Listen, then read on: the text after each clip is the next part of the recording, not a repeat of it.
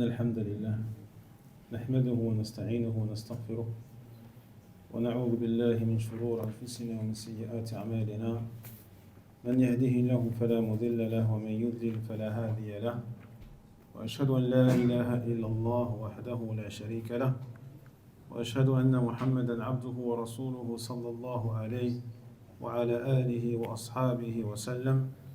يا أيها الذين آمنوا اتقوا الله حق تقاته ولا تموتن إلا وأنتم مسلمون. يا أيها الناس اتقوا ربكم الذي خلقكم من نفس واحدة وخلق منها زوجها وبث منهما رجالا كثيرا ونساء واتقوا الله الذي تساءلون به والأرحام إن الله كان عليكم رقيبا. يا أيها الذين آمنوا اتقوا الله وقولوا قولا سديدا يصلح لكم أعمالكم ويغفر لكم ذنوبكم ومن يطع الله ورسوله فقد فاز فوزا عظيما. أما بعد فإن أصدق الحديث كتاب الله وخير الهدي هدي محمد صلى الله عليه وسلم وشر الأمور محدثاتها وكل محدثة بدعة وكل بدعة ضلالة وكل ضلالة في النار حمانا الله وإياكم منها. فيقتل في الله فما زال حديثنا موصولا في شرح تذكير الأنام بفوائد عمدة الأحكام لشيخنا الفاضل صالح الحيدان رحمه الله تعالى رحمة واسعة. وما زلنا في هذا الكتاب أي كتاب الطهارة، وقد فرغنا من دراسة باب المسح على الخفين، فاليوم ندخل في باب جديد وهو باب في المذي وغيره. نعم.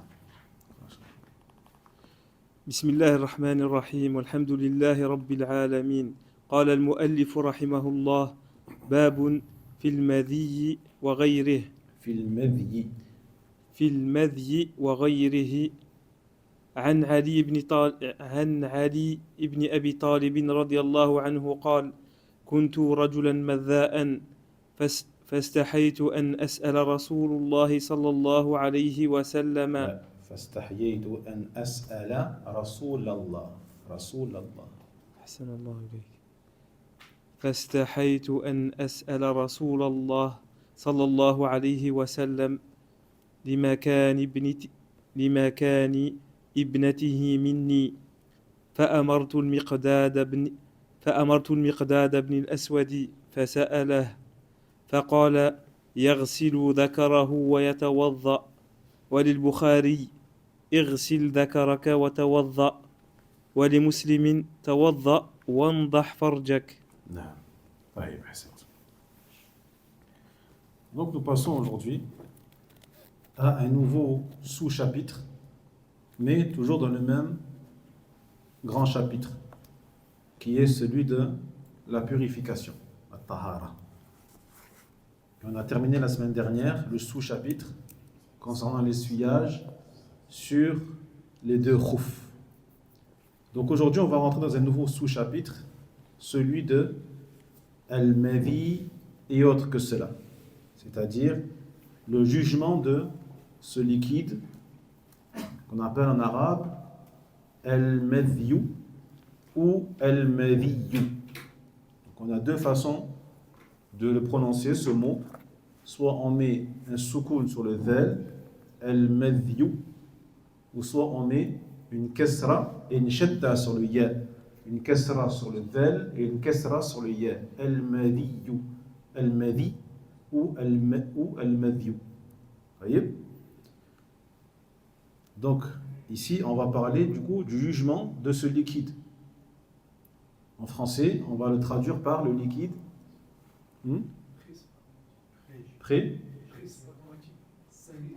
préséminal.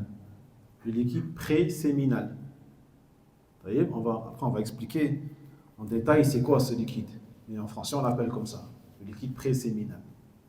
Et la femme, elle a aussi un liquide qui sort au moment de l'excitation. D'accord? Au moment de الهيجان الجنسي, l'excitation. corporelle. Sauf qu'en français, pour la femme, on l'appelle comment? On l'appelle la cyprine. La cyprine. Et pour l'homme, c'est le liquide préséminal. Mais en arabe, on dit el-madi pour les deux. On dit el-madi pour les deux. Jahid. Donc il dit ici selon Ali ibn Abi Talib, radiyallahu anhu, qui a dit: j'étais un homme madha'an. Madha'an. فمذا هذا وزن فعال. مذاء فعال من الصيغ المبالغة كما يقال، صيغة المبالغة. والمراد كثير المذي، أي كنت رجلا كثير المذي. جيد. Donc ici, Ali ibn Abi Talib, il dit: j'étais un homme madha. Et ça vient de la structure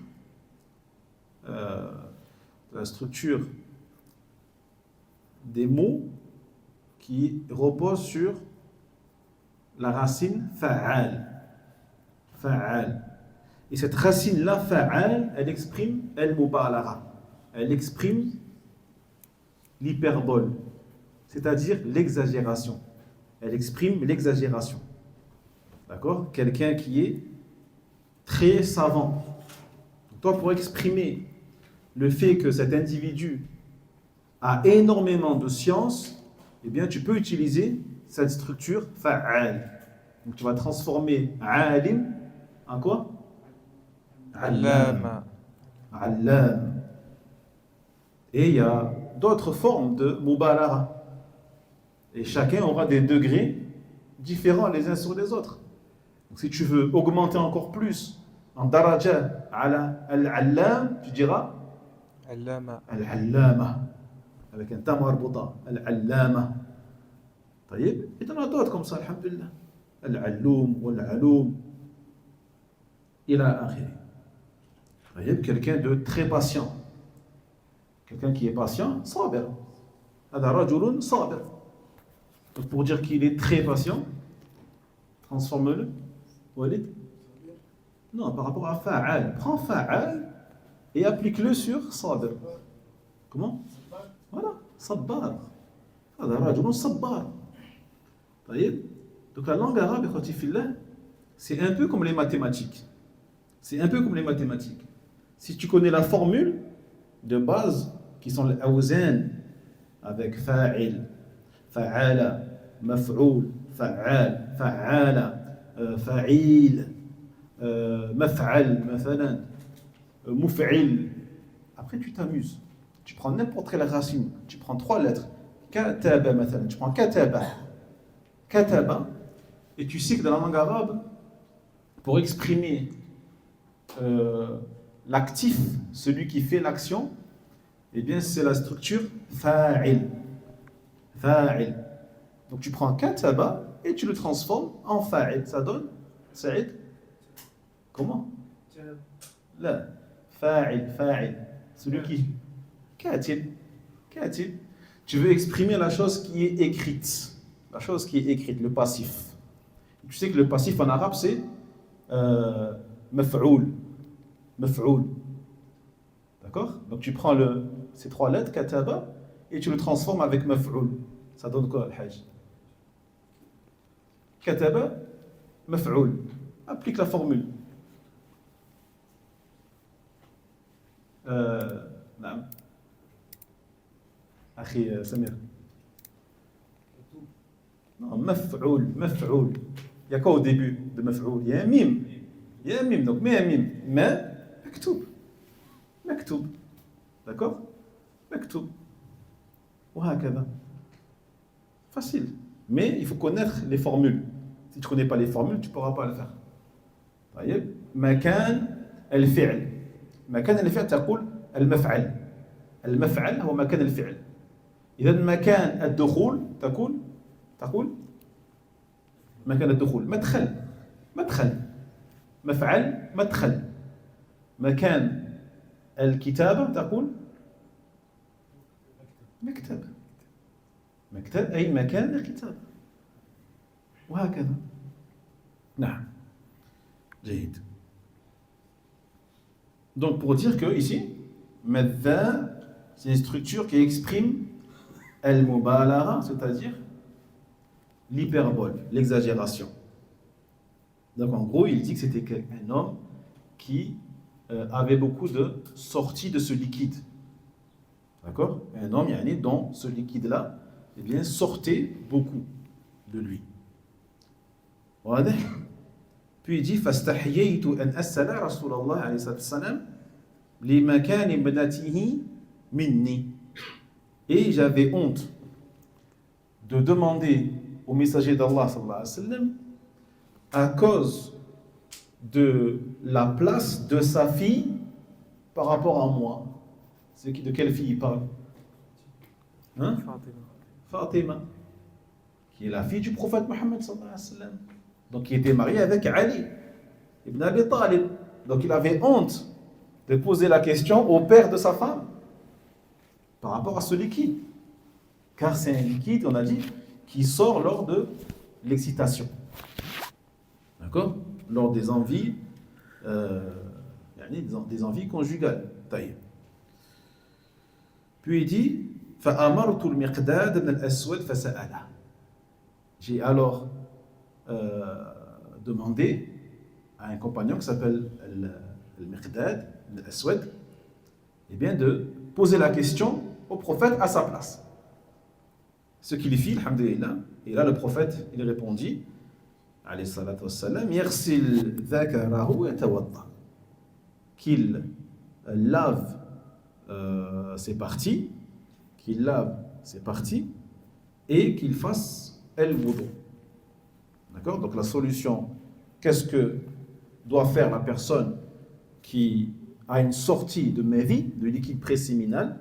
Elle doit laver ses parties et puis faire le wudu. On comprend par cela que, et c'est l'avis le plus correct, Inch'Allah Ta'ala, c'est que al-mévi min al-najasat. Al-mévi min al-najasat fait partie des choses qui sont impures. D'accord? Qui sont impures. Et secondo, on comprend que celui qui a une sortie de mévi, il perd son état de pureté. Donc il devra faire le wudu. D'accord? C'est un hadith qui est mineur. C'est-à-dire que cette sortie de liquide préséminal, elle nécessite de faire le wudu, mais pas le ghusl. Parce que c'est une impureté mineure. Un état d'impureté mineur. وللبخاري أي في رواية للبخاري قال اغسل ذكرك وتوضأ. Dans une version de l'imam al-Bukhari, il dit le prophète Muhammad sallallahu alayhi wa sallam lave tes parties et fais le wudu.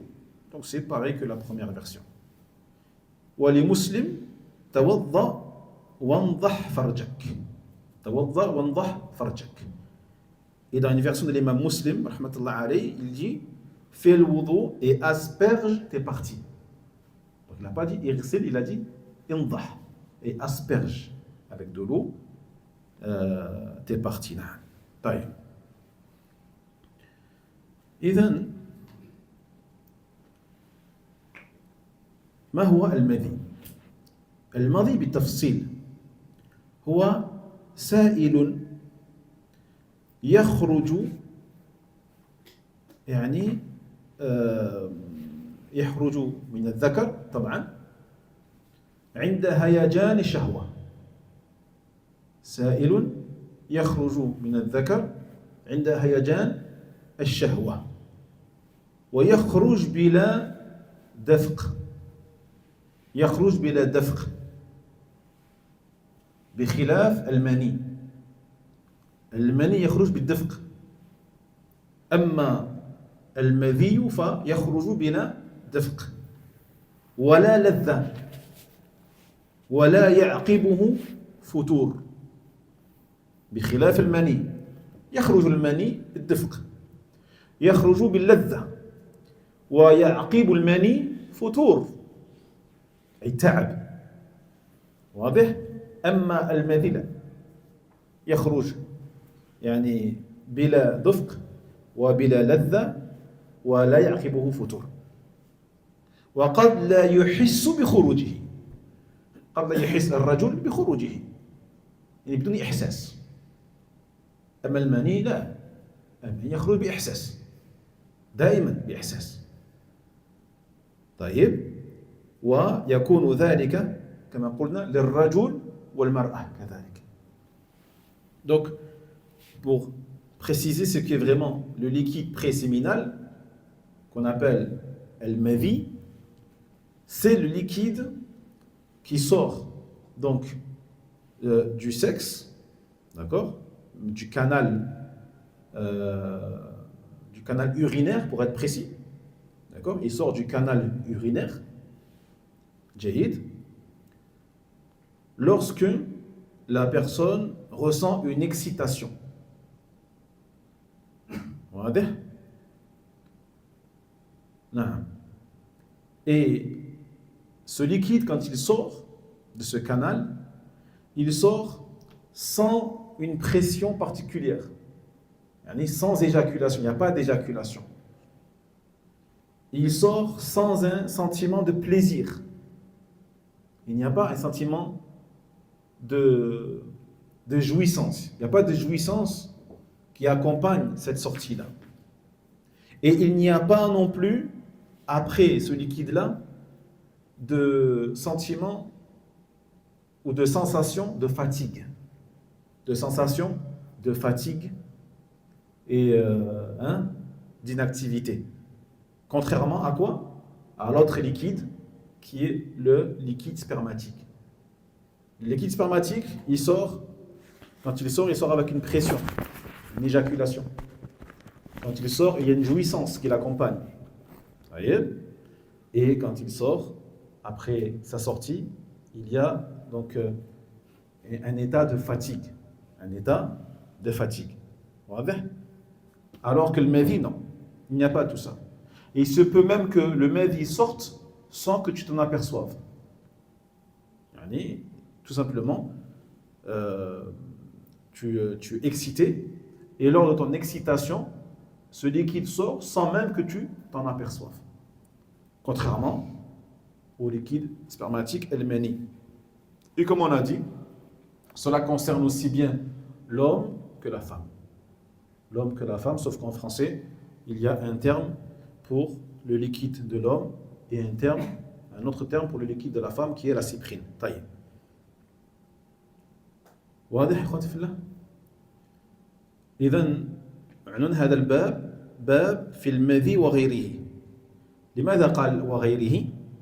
يعني أن هذا الباب فيه أحاديث في المذي وأحاديث في غير مذي، مثل نواقض الوضوء. في هذا الباب أحاديث في المذي وكذلك أحاديث في نواقض الوضوء، وأحاديث كذلك في تطهير النجاسة أو في سنن الفطرة، كذلك سنن الفطرة، وسنأتي إن شاء الله تعالى هذه الأحاديث.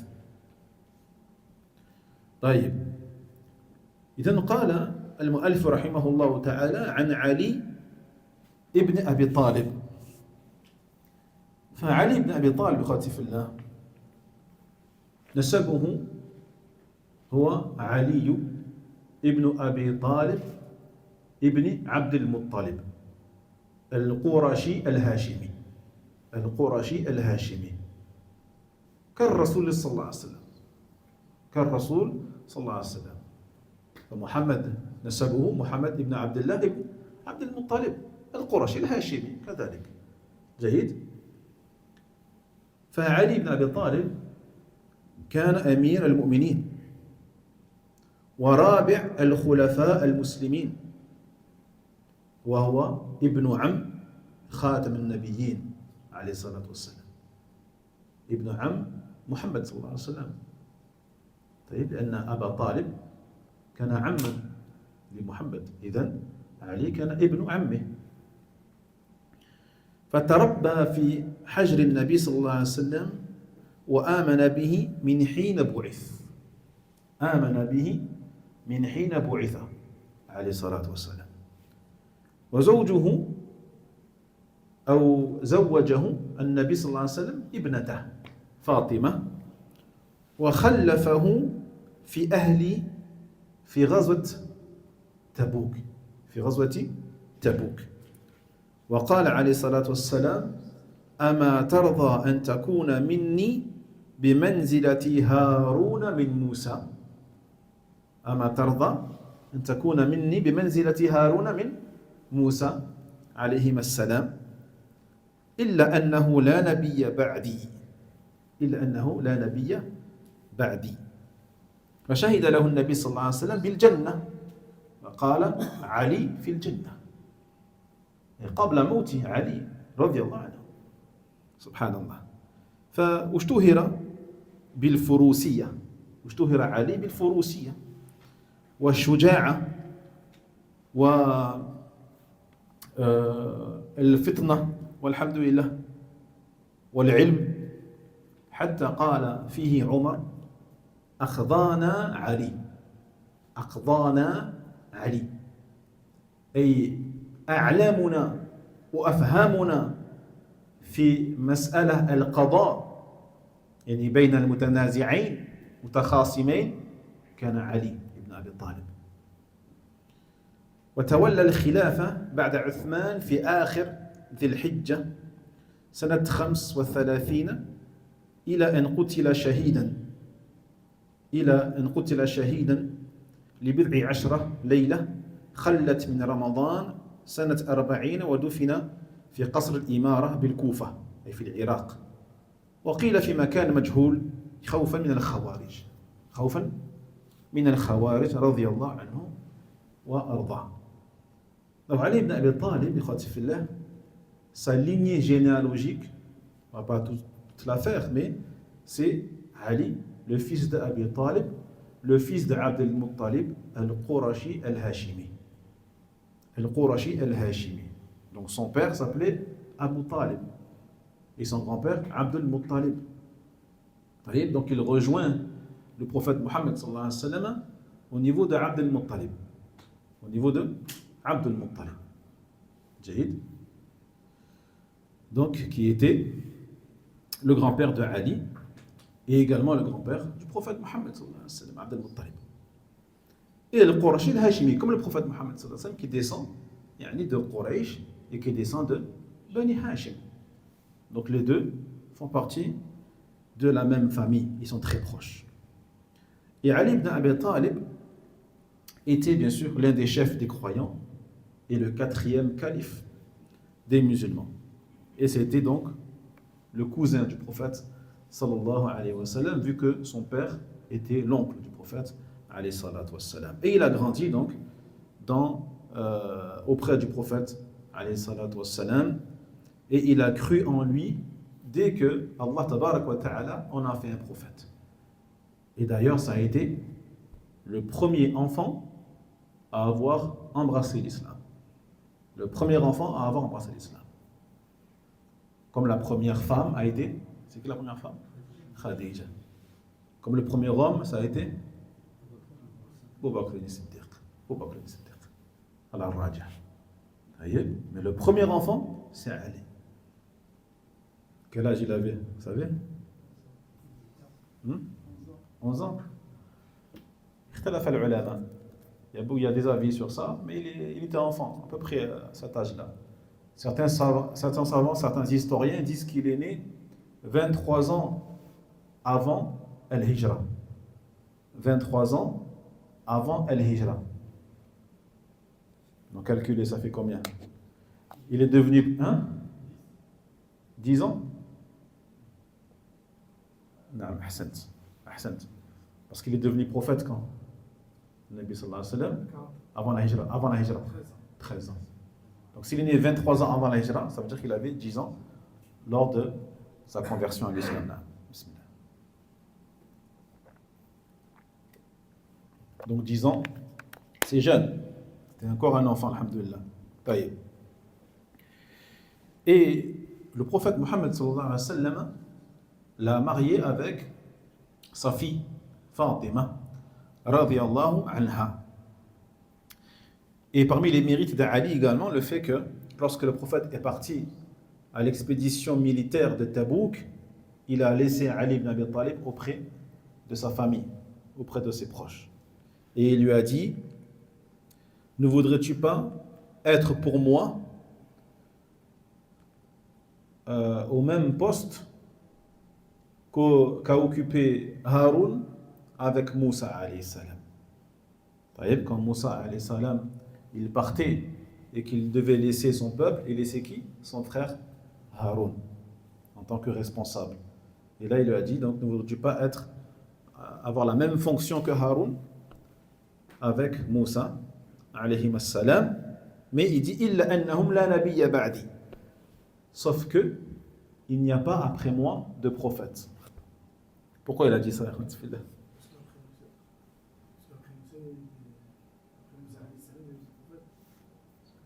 C'est qui?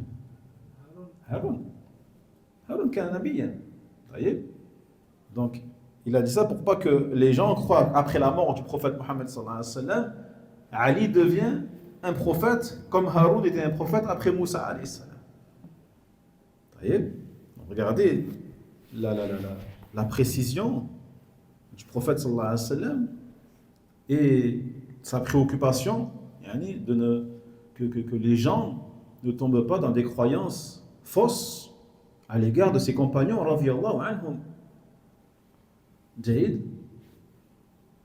Mais malheureusement, il y a des gens aujourd'hui qui ont fait pire que ce que craignait le prophète sallallahu alayhi wa sallam. Qui ont fait pire. Donc le prophète, lui, il craignait que les gens prennent Ali pour un prophète. Sauf qu'eux, ils ne l'ont pas pris pour un prophète. Ils l'ont pris pour plus qu'un prophète. Ils l'ont pris pour une divinité. Donc c'est pire que ça encore. C'est pire que ce que craignait le prophète Mohammed sallallahu alayhi wa sallam. Encore s'ils avaient dit que c'était un prophète. C'est-à-dire sans qu'ils l'adorent, sans qu'ils disent qu'il a des attributs de divinité, ça aurait été grave, très grave. Même du kufr billah subhanahu wa ta'ala. Mais c'est moins grave que le fait de l'adorer directement. Comprenez, khatif fillah? Sallallahu salamat al-afiyah. Et parmi les mérites également d'Ali ibn Abi Talib, radiyallahu anhu, le fait que le prophète Mohammed sallallahu alayhi wa sallam a annoncé son entrée au paradis. Avant même sa mort. Avant même sa mort, il a annoncé en disant que Ali sera au paradis. Et Ali ibn Abi Talib était également connu pour être un cavalier hors pair. Un cavalier hors pair. Et également pour être un homme très courageux.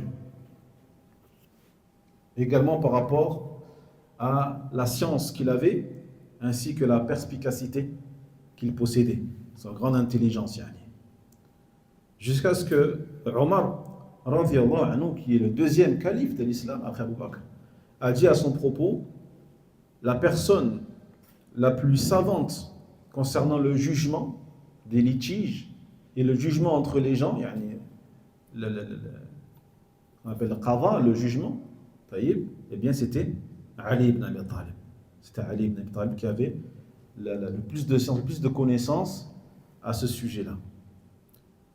Et donc il a repris le flambeau du califat après Uthman ibn Affan radiyallahu anhu à la fin du mois de Dhil Hijjah, l'année 35 après l'Hégire.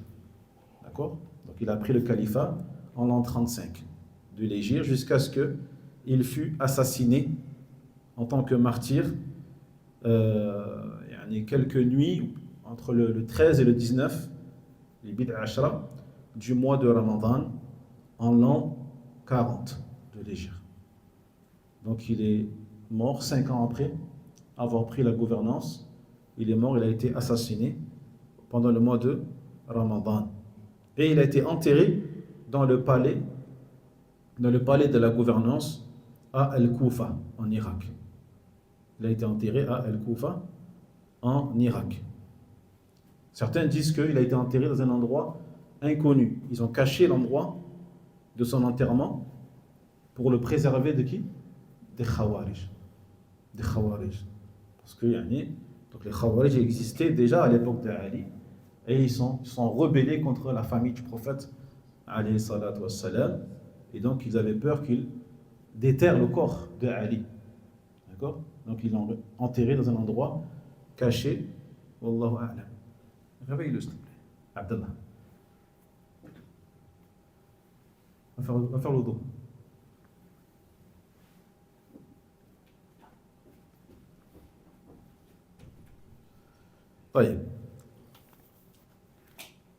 Donc, c'était une brève biographie d'Ali ibn Abi Talib, radiyallahu anhu,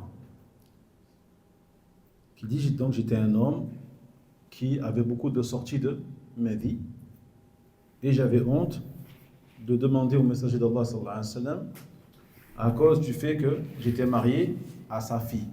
فقلنا إن هذه البنت كانت فاطمة بنت رسول الله صلى الله عليه وسلم وهي المراد بقوله ابنته وفاطمة كانت ابنة الرسول صلى الله عليه وسلم الصغرى أي صغرى بنات النبي صلى الله عليه وسلم ولدت في الإسلام قيل ولدت في الإسلام وقيل ولدت قبل البعثة وتزوجها علي على السنة الثانية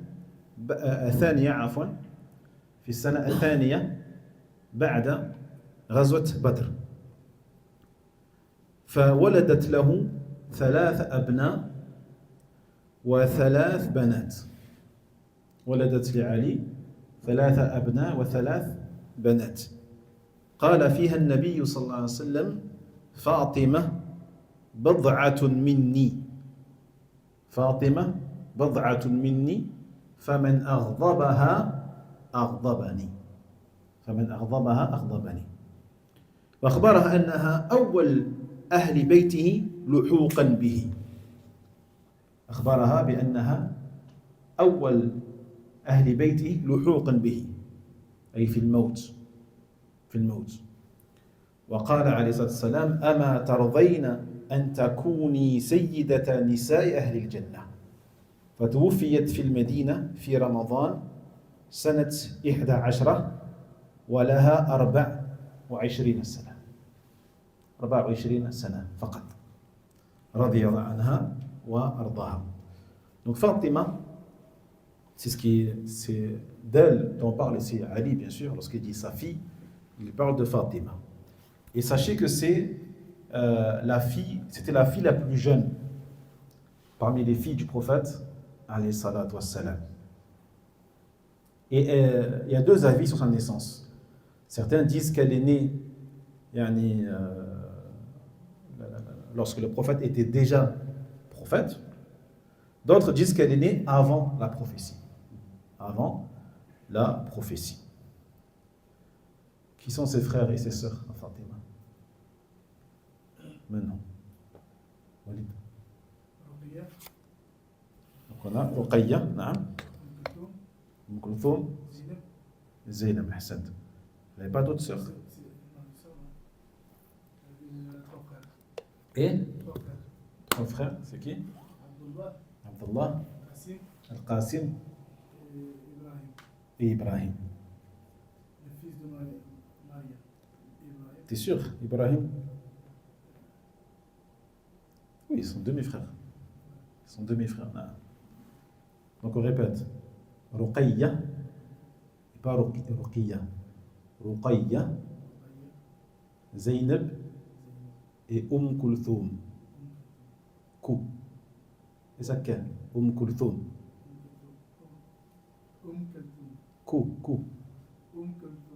Kulthum, naam.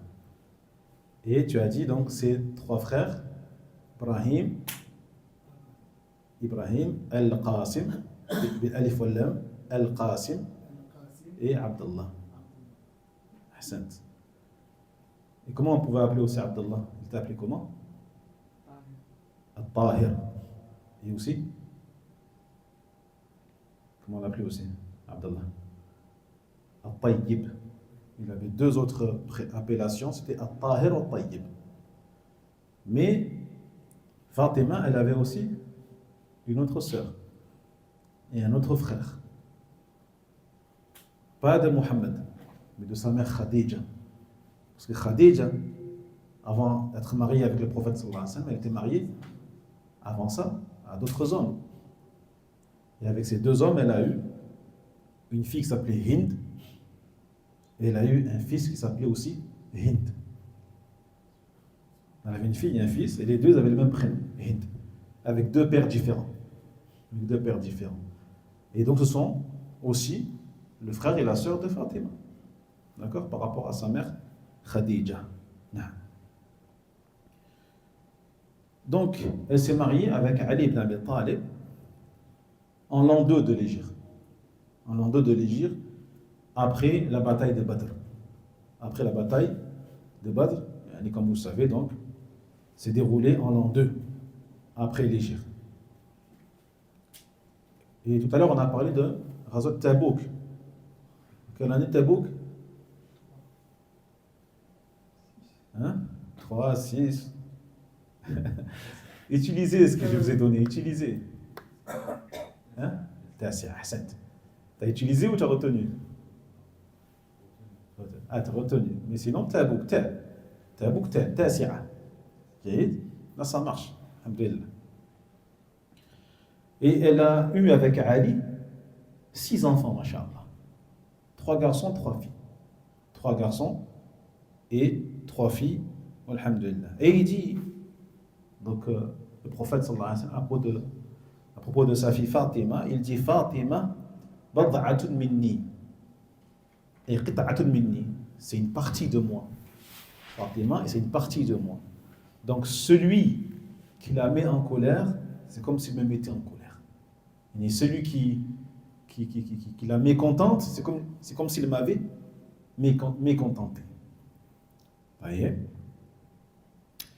Et également parmi les informations qu'il lui a données avant de mourir, il lui a dit que la première personne de sa famille qui allait le rejoindre après sa mort, ce serait elle. Et après la mort du prophète sallallahu alayhi wa sallam, la première personne parmi ses enfants, etc., à le rejoindre dans la mort, ça serait Fatima, radiyallahu anha. Et dans le hadith, lorsqu'elle a entendu ça, elle a pleuré, parce qu'elle a compris que le prophète sallallahu alayhi wa sallam allait bientôt mourir. Allait bientôt mourir. Mais lorsqu'il lui a dit Ama tarda an takuni sayyidat nisa al-jannah, puis lorsqu'il lui a dit n'aimerais-tu pas être la maîtresse, la meilleure des femmes du paradis, au paradis? Et là, elle a rigolé. Alhamdulillah. Et donc, elle est morte peu après le prophète Mohammed sallallahu alayhi wa sallam, fi as-sana nafsiha, la même année que l'année de la mort du prophète sallallahu alayhi wa sallam, c'est-à-dire l'année, combien? 23 لا 11 l'année 11 de l'Hégire. D'accord? Elle est morte durant le mois de Ramadan. Donc combien de mois après le prophète sallallahu alayhi wa sallam? 6 mois. Parce qu'il est mort durant le mois de Rabi' al-Awwal. Comme il est mort durant le mois de Ramadan, ça fait 6 mois plus tard. Et elle avait à peine 24 ans. 24 ans.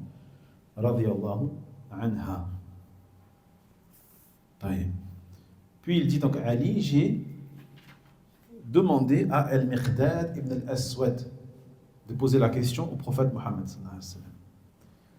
فالمقداد هو ابن عمرو ابن ثعلبة الكندي. المقداد ابن عمرو بن ثعلبة الكندي نسب إلى الأسود ابن عبد يغوث الزهري لأنه تبناه. نسب إلى الأسود ابن عبد يغوث الزهري لأنه تبناه المقداد. فأسلم قديما وهاجر الهجرتين. يعني الهجرة إلى الحبشة وإلى المدينة. فتزوج ضباعة بنت الزبير ibn Abd al-Muttalib عم النبي صلى الله عليه وسلم وشهد غزوة بدر وما بعدها وشهد فتح مصر وقال للنبي صلى الله عليه وسلم في غزوة بدر ولا نقول لك كما قال بنو إسرائيل لموسى فاذهب أنت وربك فقاتلا إنا هاهنا قاعدون لا نقول هذا كما قال بنو إسرائيل لموسى عليه السلام ولكننا نقاتل عن يمينك وعن شمالك وبين يديك وخلفك فتوفي المقداد سنة 33 ودفن في البقيع في المدينة. Donc Al-Miqdad ibn Aswad Khatifillah, c'était le fils d'Amr, le fils de Tha'laba al-Kindi. Et pourquoi on disait Al-Aswad? Pas parce qu'il était noir, mais parce que on l'a filié à cette personne qui s'appelle Al-Aswad ibn Abd Yaghouth al-Zuhri, qu'il avait élevé. Donc il l'a élevé, il l'a éduqué yani, avec lui. C'est pour ça qu'on l'a affilié à cet homme-là. D'accord? Mais sinon, c'est pas son père. Son père, c'est Amr ibn Tha'laba. Wa alaykum salam. Et il a embrassé l'islam très tôt, walhamdulillah. Et il a fait les deux hijras, les deux expatriations. La première en Abyssinie et la seconde à Médine. Et il a épousé une femme qui s'appelait Duba'a bint Zubayr, le fils d'Abd al-Muttalib, l'oncle du prophète, sallallahu alayhi wa sallam. Taïeb. Donc, il avait un lien, si vous voulez, de mariage avec le prophète, sallallahu alayhi wa sallam. Taïeb. Et il a assisté à la bataille de Badr, la deuxième année de l'Hégire, et aux autres batailles qui ont suivi après cela. Et il a même assisté à la victoire de Misr, d'Égypte, lorsque les musulmans ont conquis et ont gagné cette bataille en Égypte qui s'est déroulée en l'an 19 de l'Hégire. Donc en l'an 19 de l'Hégire, les musulmans ont conquis l'Égypte et il a participé à cela, Al-Miqdad. Et il dit le prophète Mohammed sallallahu alayhi wa sallam, ou plutôt Afan, Al-Miqdad, il a dit au prophète sallallahu alayhi wa sallam, lors de la bataille de Badr, il lui a dit, nous n'allons pas dire ce qu'ont dit les enfants d'Israël à Moussa alayhi salam. Comme Allah tabarak wa ta'ala l'a rapporté dans le Coran al-Karim, lorsqu'il dit, قالوا يا موسى إنا لن ندخلها أبدا ما داموا فيها أبدا ما داموا فيها فاذهب أنت وربك أعوذ بالله فاذهب أنت وربك فقاتلا إنها هنا قاعدون. Donc qu'est-ce qu'ils ont dit les enfants d'Israël à Moussa alayhi salam lorsque Moussa leur a ordonné d'aller avec lui aller combattre? Ils lui ont dit, jamais nous n'entrerons dans cette ville tant qu'ils seront présents. Et tant que les gens de cette ville-là seront présents. Par contre, vas-y toi et ton Seigneur. Vas-y toi et ton Seigneur, faqatila. Et allez combattre vous deux. Inna hahuna qa'idun. Nous, on reste ici, on ne bouge pas. Nous, on reste ici, on ne bouge pas. Donc, Al-Miqdad, il a dit au prophète Mohammed sallallahu alayhi wa sallam lors de Ghazwat Badr, il leur a dit, nous n'allons pas dire, comme on dit les enfants d'Israël à Moussa, comme quoi, vas-y toi et ton Seigneur et combattez, nous on reste là, on ne bouge pas. Non, il dit au contraire, nous disons que nous allons combattre à ta droite, à ta gauche, devant toi et derrière toi. Allahu Akbar. Et il est décédé, donc Al-Miqdad, l'année 33 de l'Hégire, a été enterré dans le cimetière qui existe toujours aujourd'hui, Al-Baqi' à Médine. Non.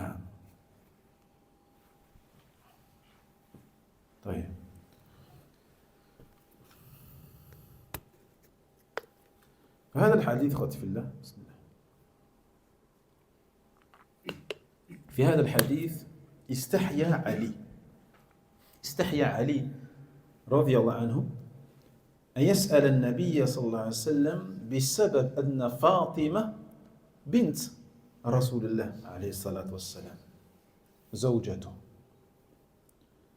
فأمر المقداد ابن الأسود أن يسأل رسول الله عليه الصلاة والسلام عن حكم المذي وماذا يوجب وما يلزم من التنزه عنه.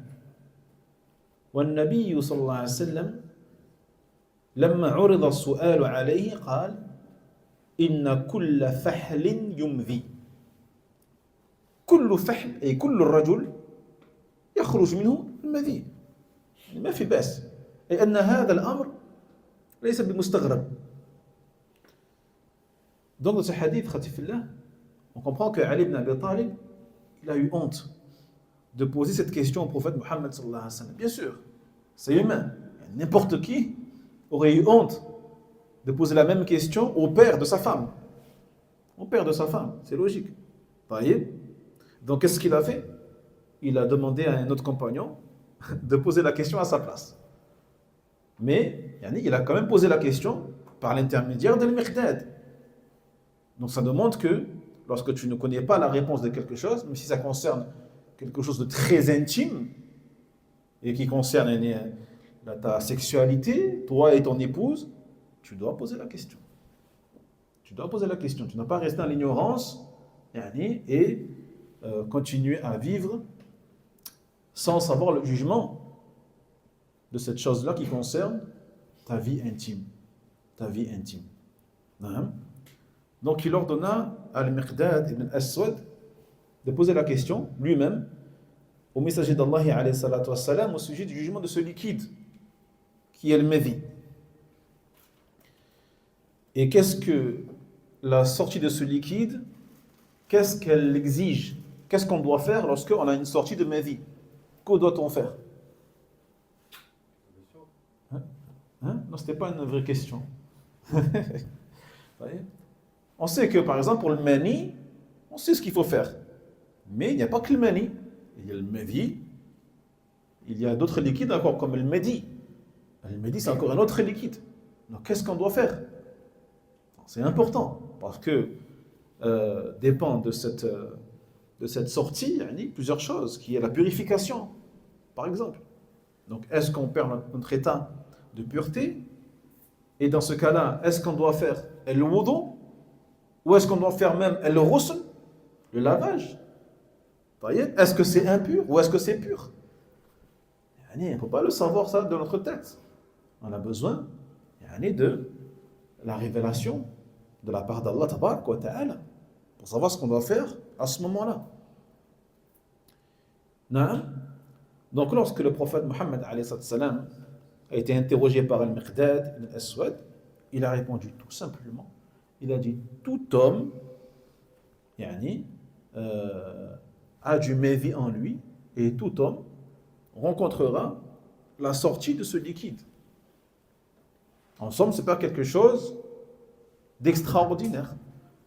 Tous les hommes sont touchés par la sortie de ce liquide-là, qui est le madhi.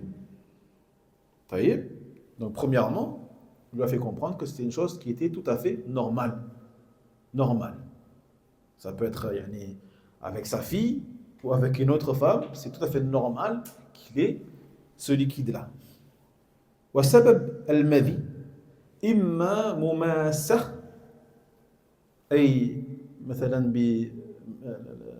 بمس المرأة أو يتفكر فيها أي بتفكر قد يخرج المذي بمجرد التفكر في النساء وفي المرأة فتتحرك الشهوة فينزل المذي. فالمذي قلنا سائل يخرج من الرجل والمرأة كذلك عند الشهوة ويخرج بلا تدفق ولا لذة. والمذي ليس كالمني. المذي ليس كالمني. لأن المني اخواتي في الله أبيض وثخين. المني أبيض وثخين. وعليكم السلام ورحمة الله. إنما أقرب ما يكون شبها باللعاب، أي المذي يشبه اللعاب، يشبه اللعاب، وهو في الغالب لا يخرج إلا بسبب إحساس، إما بمماسة أو بالتفكير، وهو أيضا ناقض للوضوء بدون شك. خروج المذي ناقض من نواقض الوضوء. واختلف العلماء هل هو نجس أو غير نجس. فجمهور العلماء يرون أنه من النجاسات. جمهور العلماء يرون أنه من النجاسات. ومن يرجح أنه قسيم للمني وباعثه في الغالب ما يبعث أو ما يبعث المني يخفف الأمر فيه. Donc, comme on disait, la cause de la sortie de ce liquide préséminal, c'est souvent le contact physique. Quand l'homme a un contact physique avec son épouse. Mais il se peut également que ce liquide sorte sans qu'il n'ait pas de contact physique. Tout simplement en imaginant des choses dans sa tête. Juste par l'imagination, eh bien cela peut provoquer donc une excitation qui provoquera à son tour la sortie de ce liquide. Ça, donc le mévi, comme on a dit, c'est un liquide qui sort de l'homme comme de la femme lors de l'excitation, le désir. Et parmi les différences entre le mévi et le mani, Philly, qu'est-ce qu'on a comme différence entre le mévi et le mani? Entre le liquide préséminal et spermatique? Bilal?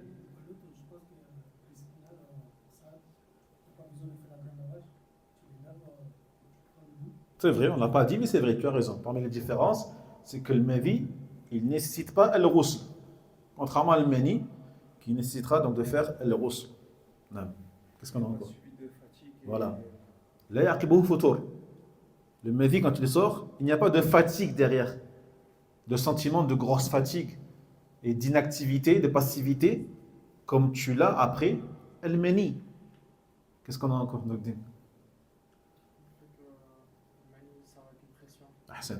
المني يخرج بتدفق, il sort avec une éjaculation, une pression, alors que le mévi, lui, il sort, tu t'en rends même pas compte.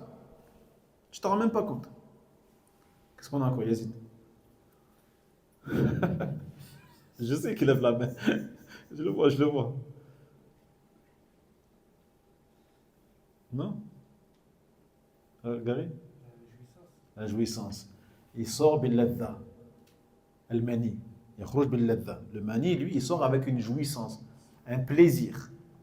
Alors que le mévi, lui, il sort, tu ne ressens pas de plaisir. Il est sorti tout seul, tu ne l'as même pas senti. D'accord? Parmi ces différences également au niveau de la couleur. Al-mani abyad. Al-mani abyad. Il est blanc, le mani. D'accord? Alors que le mévi, il ressemble plus à de la bave, à de la salive. Al-mani thakhin. Al-mani thakhin. Le mani, il est épais. Le mani, il est épais. Ça? Alors que le mévi, il est khfif. Il est khfif, comme l'ou'ab, comme la salive. Donc cela fait partie de la différence entre al-mani ou al-mévi. Jaïd. Et également, al-mévi fait partie des choses qui annulent l'état de pureté de la personne. D'accord? Bien sûr, quand tu as une sortie de mévi, cela annule ton état de pureté. L'inwa min al-ahdath al-saghira, parmi les états d'impureté mineurs. C'est-à-dire que tu ne devras faire que le wudu et pas le ghusl. Contrairement au mani, si tu as une éjaculation de mani, tu es obligé de faire le ghusl. D'accord? Le lavage, le grand lavage. Ensuite, les savants, ils ont divergé. À savoir, est-ce que le madi, donc le liquide préséminal, est-ce qu'il est impur ou est-ce qu'il est pur? Est-ce qu'il est impur ou est-ce qu'il est pur? Parce que si tu dis qu'il est pur, ça veut dire que tu n'as pas besoin de laver tes parties. Ça, si tu dis qu'il est pur, ça veut dire que tu n'as pas besoin de laver tes habits ou les choses qui ont été touchées par ce liquide. Mais si tu dis qu'il est impur, tu es obligé de laver tes habits, tes parties, etc. Parce que si tu ne le laves pas et que tu pries avec, ta prière n'est pas valide. Donc on voit que cette divergence-là, elle est importante et elle entraîne quand même des jugements qui sont importants et qui touchent à notre prière. Donc sachez que la majorité des savants sont d'avis que c'est impur, et najis. El-madi najis. Jaïd. Et certains disent non. Donc là, il y a une minorité, un groupe qui dit non, c'est pas impur, parce qu'ils disent que le madi, c'est une forme de mani. C'est une forme de mani. Et que ce qui provoque la sortie de mani, ce qui le précède, souvent c'est le madi. Forcément, on a cet ordre-là. L'excitation, madi, puis mani à la fin. D'accord? Et donc, vu que c'est une chose qui précède le mani, et que c'est une des causes de mani, ils disent que ça a le même jugement au niveau de la pureté. Parce que le mani, tahir. Le mani, tahir. Le liquide spermatique, il est pur. Et donc certains ont émis le même jugement pour le mani que le mani. En disant que comme c'est une catégorie, une forme de mani, eh bien c'est pur de la même manière. Mais rajih, ce qui est plus juste, plus fort, et aussi meilleur en termes de précaution, c'est que c'est impur. C'est que c'est impur. Donc celui qui a une sortie de madi, il devra nettoyer tout ce qui a été touché par le madi. Ses parties, ses habits, etc. etc. Dernière, c'est la première. Si par exemple, toutes ces causes, ça arrive, mais pendant le sommeil, on doit refaire le ressort ou juste des ablutions? Ça ne change pas. Que tu sois en état d'éveil ou en train de dormir, si tu as une sortie de madi, on ne parle pas du liquide spermatique, hein. On parle du madi. Je ne sais pas si tu vois de quel liquide on parle. Donc ce liquide-là, voilà, quand il sort, que tu sois en train de dormir ou pas, ça nécessite el wudu, c'est tout. Pas le ghusl, el wudu.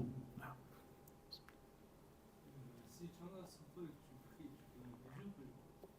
Si tu Si tu en as surtout et que tu pries avec. Ben oui, si tu sais que ta prière n'est pas valide et que tu pries quand même avec, bien sûr, tu commets un péché. Tu commets un péché en faisant cela. Bien sûr. Et ta prière n'est pas valide. C'était par rapport à ce que le mani, c'était une chose pure, c'était pas impure. Mais ça nécessite quand même le ressort. Oui, oui, oui. Donc on a deux jugements. On a le jugement de qu'est-ce que cela implique comme lavage. Est-ce que ça implique le wudu ou le ghusl? D'accord? Puis on a un autre jugement qui n'a rien à voir. D'accord? Il se peut que la chose soit pure, mais qu'elle exige que tu fasses le ghusl. Il se peut que la chose soit impure, mais qu'elle n'exige que tu fasses le wudu. D'accord? Donc il n'y a pas de lien entre ces deux jugements-là. Donc on a dit al-madi najis wa yulzim al-wudu. Amma al-mani tahir wa yulzim al-ghusl. C'est bon, khatfillah? Donc le madi impur. Donc tu dois enlever le madi lorsque tu en as sur toi. Mais après cela, tu dois faire juste el wudu, c'est tout. C'est suffisant. Alors que le mani, le liquide spermatique, est pur. Ça veut dire que si tu en as sur toi, tu n'es pas obligé de l'enlever. Parce que c'est pur. D'accord? Si tu pries alors que sur toi il y a du mani, vous voyez, ta prière elle est valide car c'est pur. C'est tahir. Mais si il y en a sur tes habits et que ça se voit extérieurement, tu ne vas pas sortir avec, tu vas le nettoyer par pudeur. Ça m'estihya, c'est la pudeur que tu l'enlèves. D'accord? Mais pas parce que la prière ne sera pas valide avec. Non, si tu pries avec, ta prière elle est valide. Mais cela implique quoi? Le ghusl par contre. Si tu as une sortie de mani, tu devras faire le ghusl obligatoirement pour pouvoir prier. Non.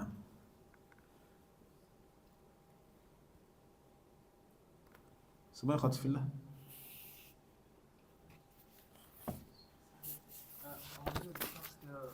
On m'a dit, il va arriver aussi sans s'en apercevoir. Si on s'en aperçoit pendant qu'on est en salade, est-ce qu'on se doit de sortir de la salade puisqu'on sait qu'on a fait de l'eau? Je te pose une autre question. Tu as prié. Salayta, salat al-isha. D'accord? وسلمت السلام عليكم ورحمة الله والسلام عليكم ورحمة الله ورجعت إلى بيتك إلى الدار. Tu pries salat al-isha, puis tu rentres chez toi. Et d'un coup, tu te souviens que tu n'avais pas le wudu. Tu n'avais pas le ما كنت على طهارة الوضوء. Qu'est-ce qu'il doit faire? Est-ce qu'il doit faire le wudu ويعيد صلاة العشاء؟ لم نقل له صلاته صحيحة لا بأس معلش حاجة ويعيدها. أحسنت لأن الطهارة شرط من شروط صحة الصلاة parce que la pureté, la purification est une des conditions de validité de la prière même s'il n'a pas fait exprès. Tu n'as pas commis de péché, tu n'as pas fait exprès, tu as oublié. Mais quand tu t'en souviens, tu es obligé de faire le wudu et de la rattraper. Parce que la prière que tu as faite, elle n'est pas valide. Donc la réponse à ta question, si tu t'en souviens pendant la prière, qu'est-ce que tu fais? تخرج من الصلاة. طيب أنت تتذكر أثناء الصلاة تخرج. توضأ ثم تعيد الصلاة من أولها. واضح؟ وعليكم السلام ورحمة الله وبركاته. فنسأل الله جل وعلا أن يفقهنا في دينه سبحانه وتعالى والعلم عند الله. وآخر دعوانا الحمد لله رب العالمين وصلى الله وسلم على نبينا محمد وعلى آله وأصحابه أجمعين. بارك الله فيكم.